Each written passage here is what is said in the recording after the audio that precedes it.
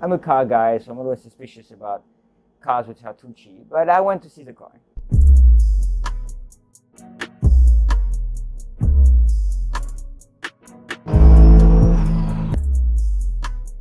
Okay, my name is Jonathan. I came in Dubai in 2009. I was sent by a French company here, which I worked for 5 years in outdoor marketing. I then moved to media, TV and radio for 5 years, where I opened a couple of TV channels in the region. Actually, my first license was a motorcycle license, not a car license.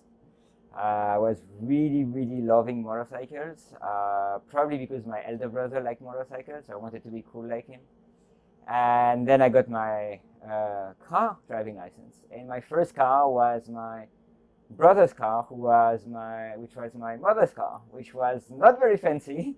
It was one of the worst cars you can get. It was a Fiat Panda 750. Okay, so 750 being the engine size, which is not 7.5 but 0.75. And then I got an Opel Corsa 1.4 16 valves at that time, which was much better, 84 horsepower.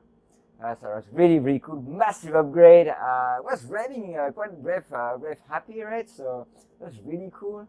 Lots of problem with it. Obviously, it was a German car. I waited a year and I bought my dream car at that time.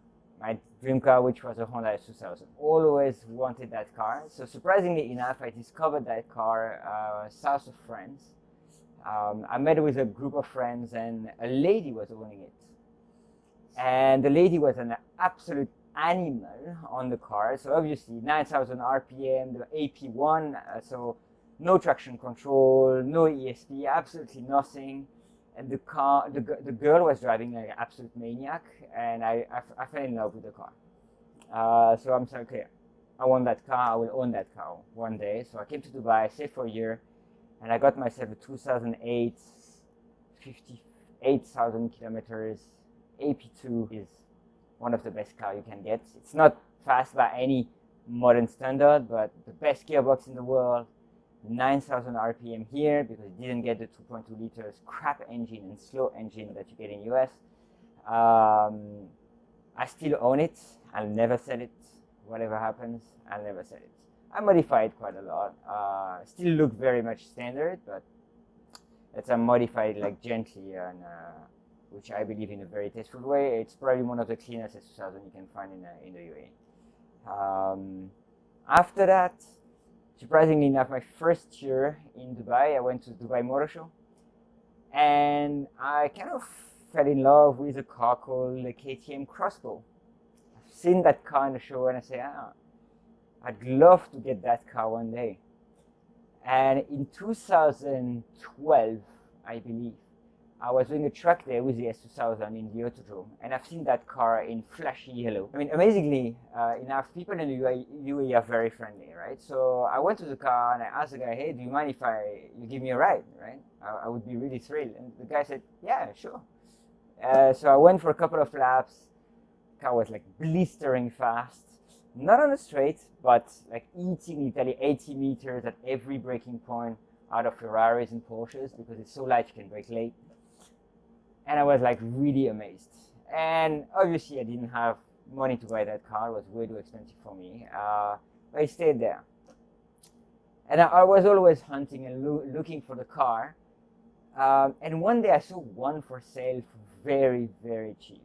Obviously, I'm a car guy, so I'm always suspicious about cars which are too cheap. But I went to see the car. And the car was not in a good condition at all. It was owned by an American racing driver who was doing the NGK series here.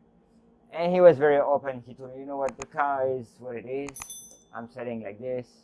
It had a horrible Second World War paint on it with like shark teeth at the front. It was like really poorly maintained. I took it to CID to ask permission for a color change.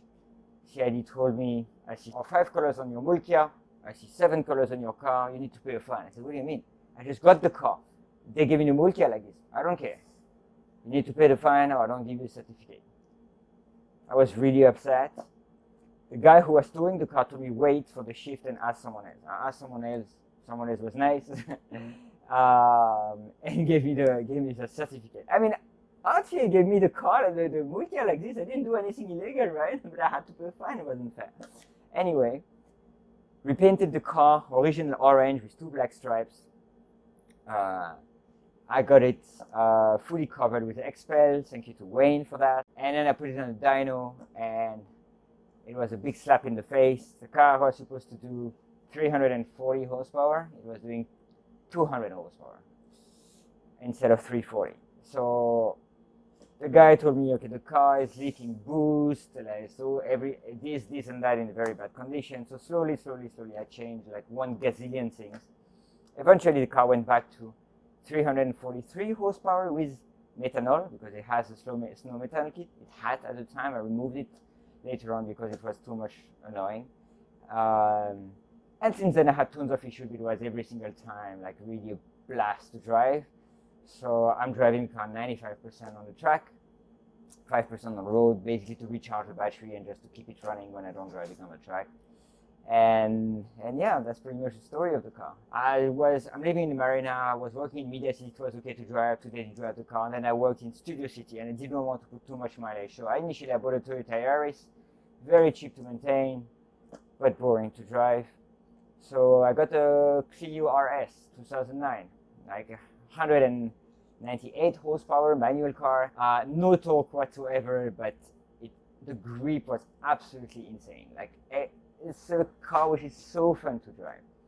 I owned it for 3 years and a half, sold it, and then I got something a bit more comfy to go to work, which is a Golf R, MK7, 2015. Amazing car, no problems whatsoever, aside from the gearbox, but changed under warranty, lucky for me, which I'm selling right now, and I'm probably gonna buy a Supra, the new one. Yeah, kind of a BMW car, but I think it's really good looking. It's fast enough, and it's kind of good for a daily car as well. So I remember the KTM that I've seen in 2009 Dubai Motor Show, which I dreamed of. The same car that I sat in and I went for a spin in Dubai Autodrome in 2012. I've seen that car, and then the car that I've purchased in 2016 was actually the car I sat in 2012 in Dubai Autodrome.